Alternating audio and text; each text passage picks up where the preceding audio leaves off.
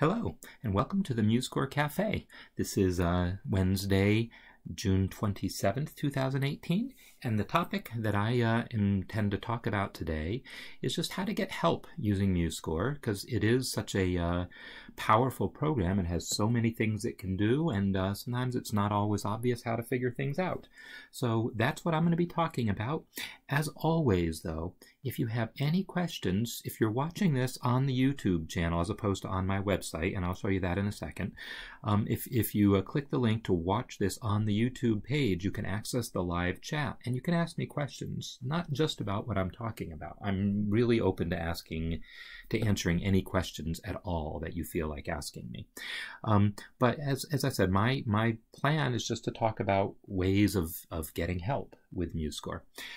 So when you start MuseScore, you have actually, I totally forgot about the getting started thing. So let me do that. One of the first ways that you actually can get help is with the score that would show up when you very first start MuseScore. So I'm going to find that. Here it is. The way I found that, by the way, I should mention that, is I went to the Start Center. It's View Start Center, and the shortcut is F4. And over here is this carousel of scores that and other resources. There's a tutorial series that I'll also mention. And then there's my book, Mastering MuseScore, that I'm going to talk about. And then there's just various different scores that have been chosen to be featured in this carousel here. So if you ever lose track of that original Getting Started score, you can get it back here by just flipping around until you find it. So this score actually has a whole lot of useful information about how to enter notes mostly. And as you can see, it has a lot of explanation. It's got some examples, some places to practice, and it's a lot of stuff about entering notes in MuseScore. So that is often a place that people get started, and that's a very useful thing. Also, as far as what is provided within MuseScore, if you go to the Help menu, you will see Online Handbook. And the Online Handbook will take you to the website musescore.org where the handbook lives. And the handbook is basically our official manual. It's community written, meaning it's MuseScore being open source. Lots of people contribute to the development of it, and sometimes the same people who are developing work on writing the manual, but often it's other people who maybe aren't programmers but want to contribute in some way, so they work on the documentation. And this handbook really describes every single feature. Everything that MuseScore can do is described in here, and so if you want to know about clefs, you click here on clefs, and it's got information on clefs, and it's fairly complete.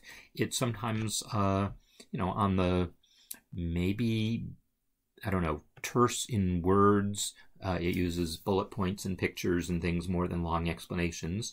It's actually translated into lots of different languages, so it's very useful for learning MuseScore. It's not necessarily set up to just read start to finish. It's more about looking up particular topics. But it's basically everything that MuseScore can do is documented in here.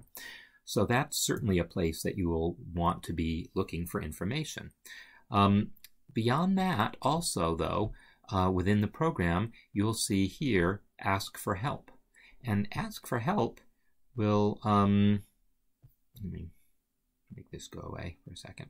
Well, I will check it for 1 second. Okay. And when you ask for help, it takes you also to musescore.org. It takes you to the support forum. And the support forum lets you ask questions. And then if you've already created an account, if you haven't, you'd have to create an account first. And you can ask questions. So before I'm not going to ask a question right now, but I want to show you also then how you would get there. If you just go to musescore.org, this is the site where you probably downloaded MuseScore from. You probably got it from download software. If you look under the support menu, there's where you can access the handbook, but this is also where you can access the forum. So from within MuseScore, there was help, ask for help, that lets you just post directly to the forum, but you can also just read through the forum. And if you do this, you'll see there's actually a whole lot of really, really good information there already, people asking questions. So the very first forum here is for support and bug reports. So let me just find a typical thing to, okay, so here is someone who asked a question 7 hours ago. He's trying to find a whole staff. He's trying to find how to select a whole staff. And if you look at this, 2:42 is when he posted the question.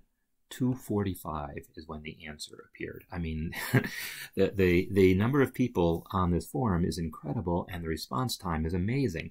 This is 2:45 a.m. That's because it's a worldwide forum. So people are, it's 2:45 a.m. my time, maybe, but that was the middle of the afternoon in Italy or Germany. And I think France, and that's actually not the middle of the afternoon, but anyhow, it's in the morning. It's people are awake at that time. So you often get very quick responses by asking questions in the forum. Also, if you're just trying to find some information, and like maybe someone's asked this before, like if I were to say, like he was looking for information on how to select a staff. If I search for select staff there, I will get some hits. Now, frankly, the search facility within, and this is where it is here. Don't use this. This is the searching for sheet music. This is how to search the forums. The search facility is maybe so-so, I would say. So instead, what I often like to do is I use Google to do the search. So I will search for select staff, and I'll say I want it on musescore.org. If you put musescore.org first, Google will actually use MuseScore's own search, and so it defeats the purpose. But I want to use Google's search to search this. So there we go. How do I select one instrument stave instead of all? That's the very same one, I believe, that was just posted. But then it also found the handbook article on selection, and it found other articles that are all very relevant here. This is someone else who asked basically the same question. So just by doing a search, you type in your search terms into your browser search and then add musescore.org to tell it to, favor there. If you put site:musescore.org, I think it only searches there. So anyhow, the forums have just tons and tons of questions that people have asked, and discussions about them. If maybe the answer isn't quite what they wanted, they can clarify, and the forums are just hugely, hugely valuable. I cannot recommend it enough. And I am posting to the forums all the time. I don't know if there's statistics on this in general, but I know the guy who's in charge of the forums did ran a script and figured out that I had posted some ridiculous number of words of text. It was like the equivalent of 4 Bibles or something like that I've posted over the years in answering people's questions and so forth. And that's just me, but I'm very active. But other people are very active too. It's just a very helpful place. Also, if you have ideas for suggestions, sometimes people say, oh yeah, that feature's already there, and then you get pleasantly surprised by that. Or if not, then we can say, yeah, that sounds like a good idea, and here's how to submit a formal feature request for that. There's just lots of great stuff there for the forums. All right. Also though, on musescore.org, I've been talking up the forums because they are really great way to get help. There's also the tutorials, and this is also, these video tutorials, these getting started video tutorials are also what we saw from within MuseScore. In other words, when I went to the Start Center, which is F4, here in this carousel somewhere, so this isn't normally how I would try to find it, but video tutorial series here. That's basically what this is here. So these are a series of videos that are extremely useful. This is the series, well, the predecessor. This is the series for MuseScore 2. The original MuseScore 1 had a different video series, and that's how I first learned MuseScore, was from that video series. It was extremely useful, and these are very well done video tutorials to kind of get you started in, I think, you know, they average a few minutes each, and there's like just under a dozen of them. It's probably about an hour of video total. So that's a great way to get started with MuseScore, is by actually watching those videos. There's also here other in-depth tutorials. These are mostly written tutorials. Some of them have video, some not. Like right now, there is a new version of MuseScore 2.3 that's about to come out, and I talked about this last week. Its main new feature has to do with writing drum parts, in particular writing for a drum line like drum and bugle corps or marching band. And so what we have now is a brand new tutorial specifically on how to use that feature. And so it's this is really just how to install it there. I think there's another one coming on actually using it. Other people have produced other written tutorials, and here's a very in-depth one on using a product called Virtual Drumline. So, and yeah, as you see, it's a very detailed, in-depth tutorial on how to use the Virtual Drumline with MuseScore. So, that's all under the tutorials menu. There's also the how-tos, and the how-tos are a shorter list of, I mean, not a shorter list, but shorter articles. How to simulate the effect of a guitar capo. So here's an article specifically on how, if you want to use, if you want to notate music as if it had a guitar capo applied and want to hear it played back correctly, this is instructions on how to do that. So there are articles on how to do specific tasks that maybe aren't covered very well in the manual itself, because it involves like using other features that are intended to be, you know, more general. We don't have a specific capo feature. Actually, we do for display, but it doesn't deal with playback. So this talks about how to use the transposition feature that's designed for transposing instruments like clarinet or trumpet, how to use that feature to simulate the effect of a guitar capo. So it's a clever solution to a problem that we don't handle directly within MuseScore. So anyhow, that's what the how-tos do. There's also a series of services here. These are people who basically offer training services, who teach workshops and do other things. I noticed that I'm not on this list. I should make sure that I'm added, but I'm going to talk about myself very shortly. So those are some of the things that you get right on MuseScore.org. So MuseScore.org is really your first place that you should be going for help with MuseScore. And again, please, I keep looking over on my phone to see if people are asking questions. I always welcome people asking questions if you like, whether it's about what I'm talking about or anything else, because I'm always happy to just interrupt and say, yeah, I'll answer that question the best I can. Anyhow, so MuseScore.org is a great place to get help. Now, for a lot of people, MuseScore.com is where you're used to going for things, because that's where you share scores. And a lot of people I know first encountered MuseScore through MuseScore.com by downloading scores, accessing scores online, printing them, and didn't even realize at first that MuseScore had notation software, or is really notation software. So if you're on MuseScore.com, if you click on the community page here, this is where you access the groups, which are discussion groups, which are kind of like forums, except they have other features organized around sharing scores. And then under topics, if you go to MuseScore, you will see there is a Mastering MuseScore group. There's a couple other things. There's ImprovingMuseScore.com, which is really about the website itself. You're not really supposed to ask questions about MuseScore there. People do because there wasn't a better place for it. But now there is. Mastering MuseScore is the official printed manual for MuseScore that I will also talk about in a moment.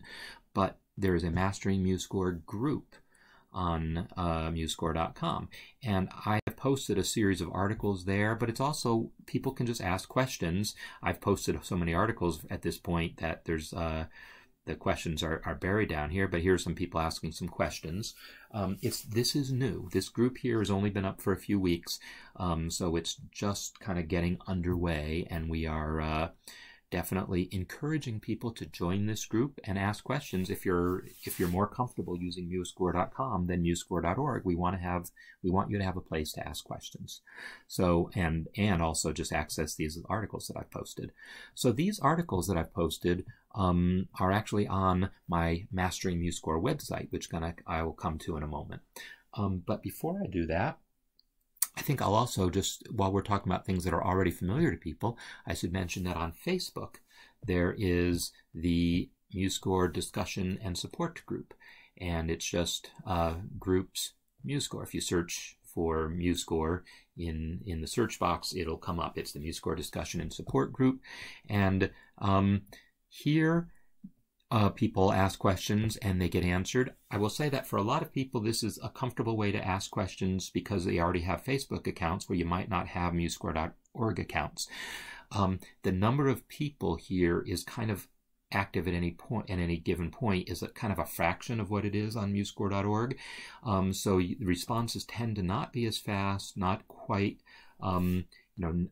as many of the real expert opinions. I mean, there's really good people on here. I don't want to say that that's not true, but often it might take longer to get a good answer, in part because you can't attach your score. On MuseScore.org, if you ask a question about a particular score, you can attach your score, and then people can see exactly what's going on and give you really specific help.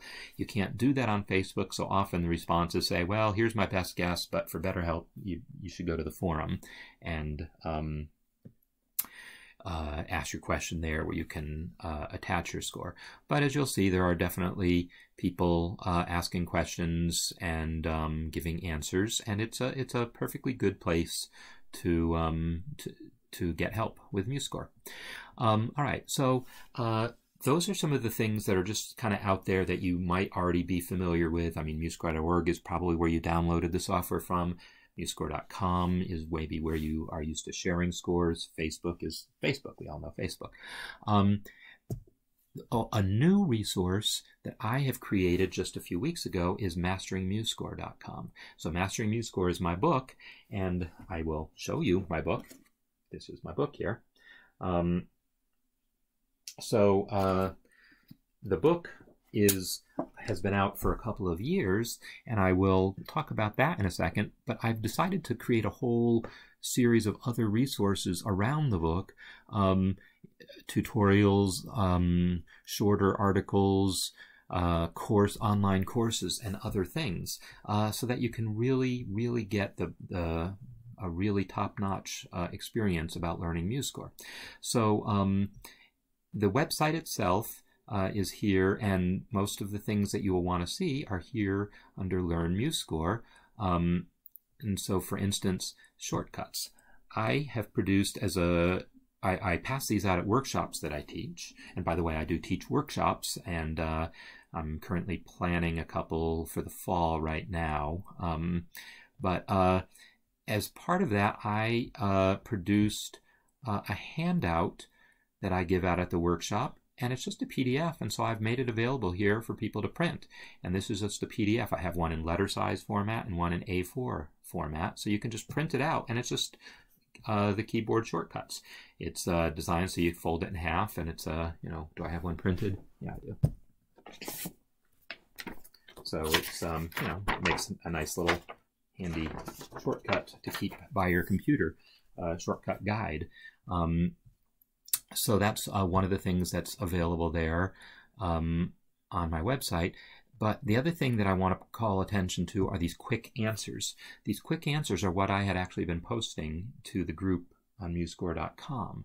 And the quick answers here are just a series of short articles on how to do very, very specific things, kind of like those how-tos on MuseScore.org, except these are, I would say, simpler. The how-tos tend to be like really tricky things, how to do things that maybe you wouldn't find even if you read the manual, but require some ingenuity. Not all of them are that way, but a lot of those how-tos are that way. These are the things that, oh, they're there in the manual. It's just, do you want to have to read a whole manual, or do you just want to find out how to add notes to chords? And then each one of these is set up so that there's a picture, so even if you don't know what to call it, if you didn't know that was called a chord, you can just see it and go, oh yeah, that's what I want to do. I want to make notes stacked on top of each other. And so there'll be a quick description of how to do it, and it's usually just one screen full like this, and then there's an actual demo where most of them, they're not narrated, they're just visual, and you will see just showing how to do these things. And here's doing it with keyboard shortcuts, and it'll show you what I'm doing as I'm doing it. So anyhow, the quick answers are just ways of getting, like it says, quick answers to questions. One of the nice things about those little images is, as I said, sometimes there's things you don't know what to call, and you would look it up in the manual if you knew what to call it. For instance, the single most commonly asked question on the forums is basically works out to how to enter what are called multiple voices. It's asked because if you don't know that this is called multiple voices, we get all sorts of interesting variations on people asking the question. How do I enter a note that's the same length, that's the same time as another note? Or how do I enter two notes at the same time? Or how do I enter one note before another one stops? And we get all these different variations of basically how to do this, where we have one musical line here, one musical line there. And that the technical term for that in music theory is it's usually referred to as multiple voices, and that's what it's called in the manual. But if you didn't know that, just by looking at the picture, you can go, ah, this is what I want. And then when you click on the article, you get the brief description of it, and you get the demo of it. Anyhow, those quick answers, I continually add some. There's like 20 of them up there right now, 20 something, and I'm trying to just add more regularly. And I also have links. Well, here's where the cafe is, and I have links to those other, the forums, the handbook, the Mastering MuseScore group on MuseScore.com, and the Facebook group. The one thing I haven't showed here are the tutorials. Right now, I have produced one tutorial here, which is basically just walking you through creating a simple song. I actually use Mary Had a Little Lamb, and I just walk through creating that, and so you get to see how to do all the basic things that you might need to do creating a song. Enter notes, it uses copy and paste. I enter lyrics, I delete empty measures, and I enter text. So it's a tutorial that basically just gets you started so that in 10 minutes you have some idea of what you're doing. If you're watching this, you probably already know what's in that. So those are some of the things I provide. I also want to mention an online course exploring MuseScore that I offer. This was done as a live webinar, but it was then recorded, and you can now access the recording.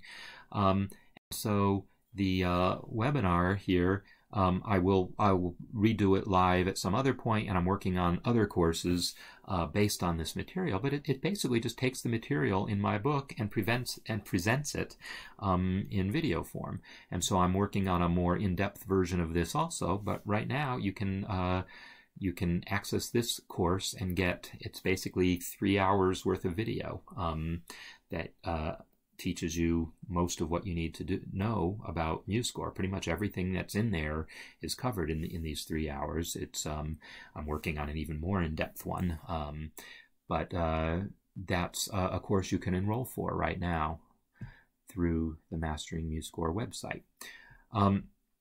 So books, that's of course the where this started for me is with my book, Mastering MuseScore. And as I mentioned, this book came out a couple years ago. It came out with MuseScore 2, and it is the official printed manual for MuseScore. It's published by MuseScore. So there's the handbook, which is kind of the official free online help. But as far as a printed manual, this is it here. And it's, well, I'll hold up some pages so you can see. I mean, it's thick. It's 432 pages, actually, and it's just full of examples. Rather than show you that, I'm actually going to show you, you can also get it as an ebook. You can get it on Kindle. I think it's only on Kindle right now. It has been in Google Play or was submitted. I'm not sure the status of that, to be honest. I need to follow up on that. Someone was asking. So the ebook version of it, this is actually, I'm just showing you the printed version, just showing you the screenshots. The actual ebook version is a true ebook. It's not just a PDF, meaning it does let you change fonts. It lets, and it, you know, sizes itself to fit your screen. So if you have a smaller Kindle and PDF manuals are really hard to read on it, this won't be that. This will be just as easy as, let's see if I guess I don't have that up. I thought yeah, I do. Here's the ebook version. So this is what this would look like. On a Kindle screen, this would be totally readable. And then if you do change the font size, it all the pages all shift, and it does all the stuff that it's supposed to do, and all the examples are there, and anytime there's a, see also this other thing, the links are actually active, so it'll actually take you to that page, etc. So it really does all the things you would want an ebook to do.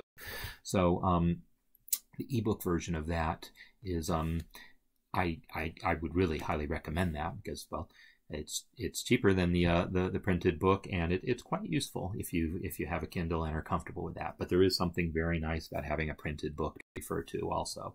I think if it were me, I would have both, because I think with Kindle you can get it so that you pay, I think if you're on Amazon Prime or have some special thing you sign up for, you can get free Kindle versions of books you buy. So I know a lot of people take advantage of that.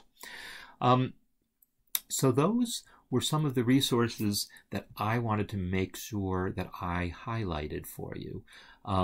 There's just so many resources out there. There's other videos. If you just search on YouTube, you can find other people's videos, pages on things. I mentioned that I do workshops, and on the Mastering website, on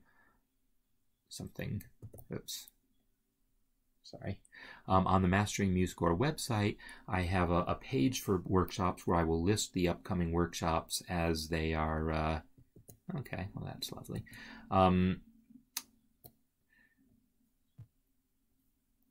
As workshops. All right, so will it behave this time? Maybe. Anyhow, you don't need to see a web page.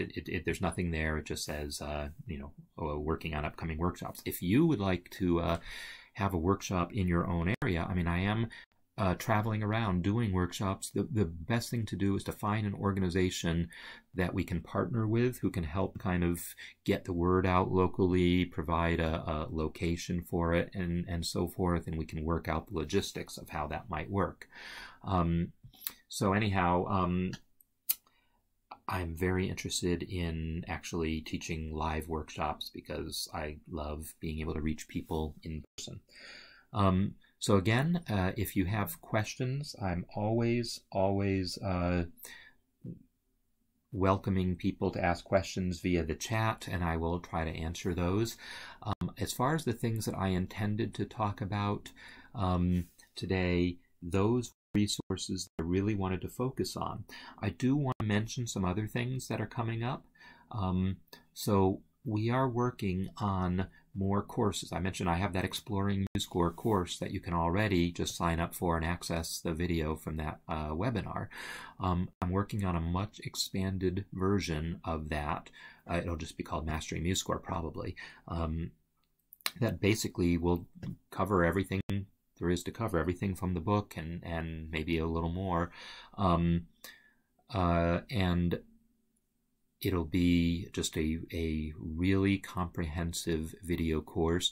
I'm also looking at putting together some courses specifically for universities, so that like students who want to learn just enough MuseScore to get by in their theory class have a resource specifically for that. There's other resources and things that I'm working on. My goal is to work on MuseScore full time. I mean, I teach and I have taught at university level. I've taught music theory. I teach piano, jazz piano, and I am doing this at this point. I've really scaled back all the other things I do. I'm also a performing musician, but I've really scaled back my performances. I am trying to focus on MuseScore.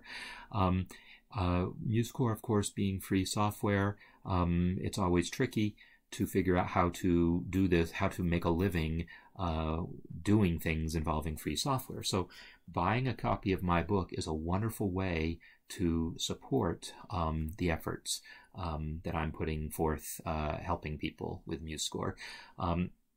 Buying the book or signing up for that online course.